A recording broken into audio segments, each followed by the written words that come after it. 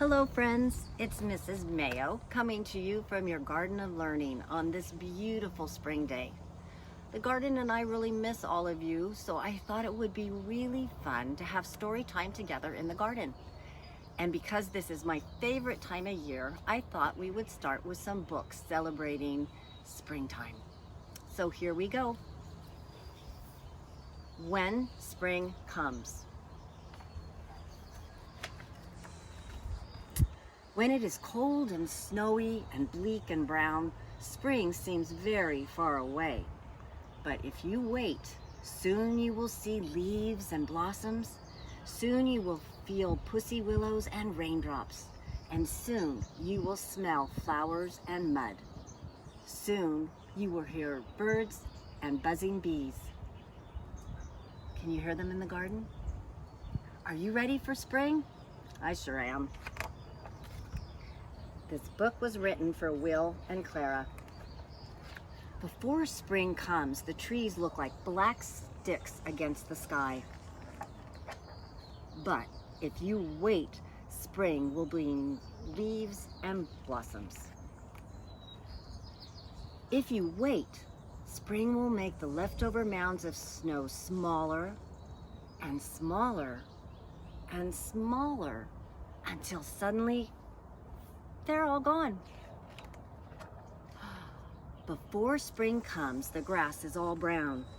But if you wait, spring will turn it green and add little flowers. If you wait, an egg will become a bird and a seed will start growing. All your seeds in the garden are coming up. Spring comes with sun, and it comes with rain, and it comes with more rain, and more rain. Do you like mud? Do you like puddles? I hope you like umbrellas. Before spring comes, the garden is just dirt and empty. But if you wait, spring will push green shoots through the dirt to fill up the garden. And spring will call out the pussy willows and new kittens too. Spring can come quickly or slowly, and it changes its mind a lot. But when spring is finally here to stay, you will know it, because there will be buds and bees and boots and bubbles. There will be worms and wings and wind and wheels. You will feel it, you will smell it, and you will hear it. When spring is finally here to stay, you might think you are done waiting, but you are not. Now, we have to wait for summer.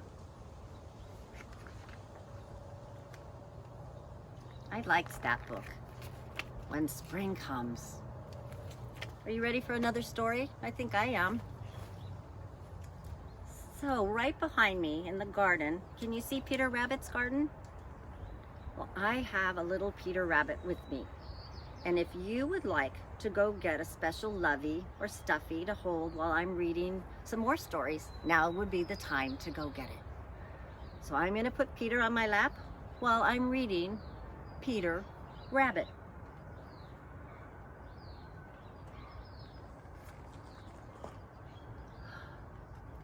Once upon a time, there were 4 little rabbits, and their names were Flopsy, Mopsy, Cottontail, and Peter.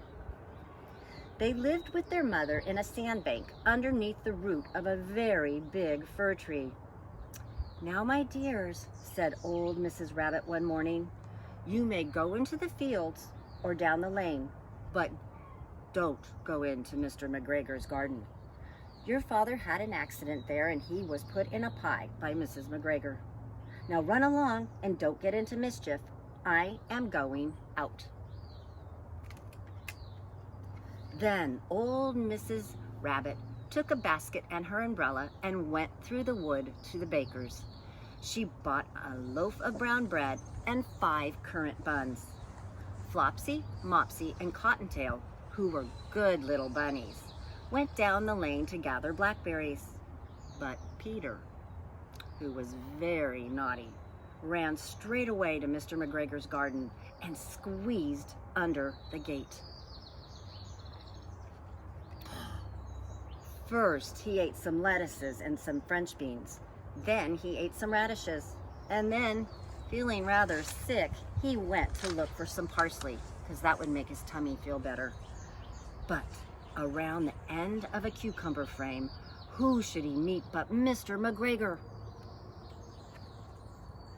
Mr. McGregor was on his hands and knees planting out young cabbages, but he jumped up and ran after Peter, waving a rake and calling, "Stop, thief!" Peter was most dreadfully frightened. He rushed all over the garden, for he had forgotten the way back to the gate. He lost one of his shoes among the cabbages and the other shoe amongst the potatoes. Mr.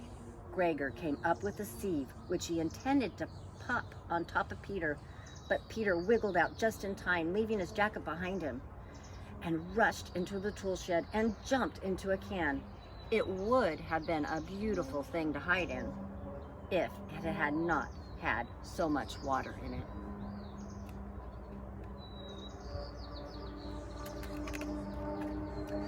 Mr. McGregor was quite sure that Peter was somewhere in the tool shed, perhaps hidden underneath a flower pot. He began to turn them over carefully, looking under each, and tried to put his foot upon Peter, who jumped out of the window, upsetting 3 plants. The window was too small for Mr. McGregor, and he was tired of running after Peter. He went back to work.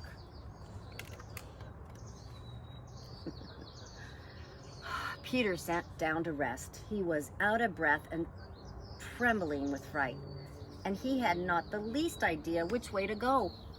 Also, he was very damp with sitting in that camp.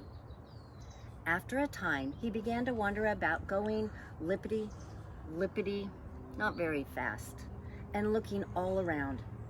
He found a door in a wall, but it was locked, and there was no room for a fat little rabbit to squeeze underneath. An old mouse was running in and out over the stone doorstep, carrying peas and beans to her family in the wood.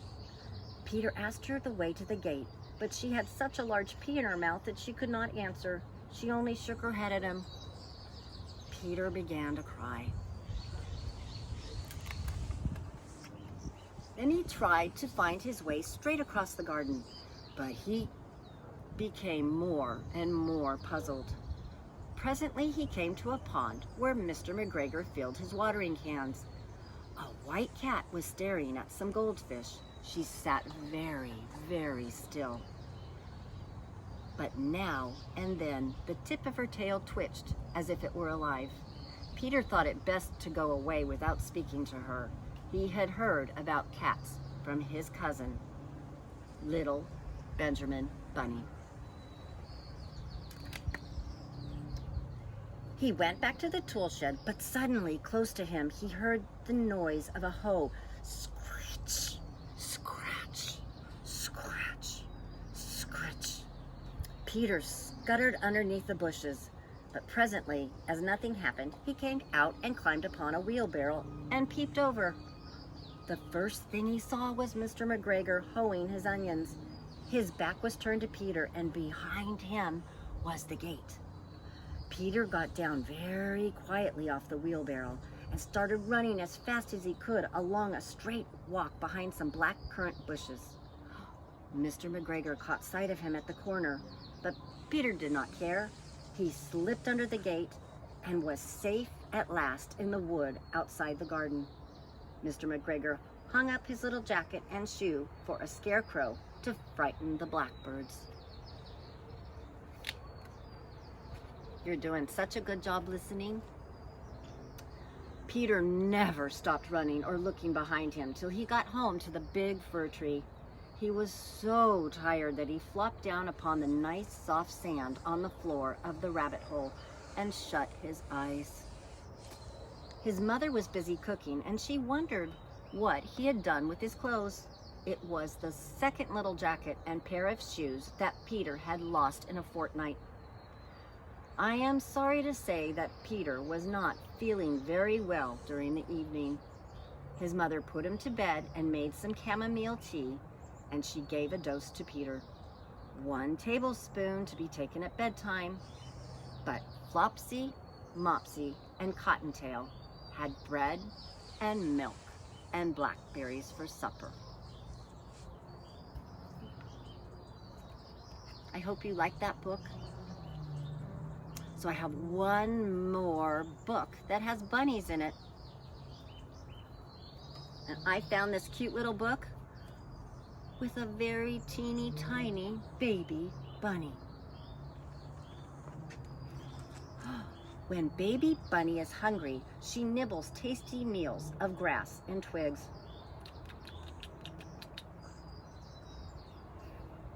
When baby bunny is thirsty, she laps some water from dew-covered leaf.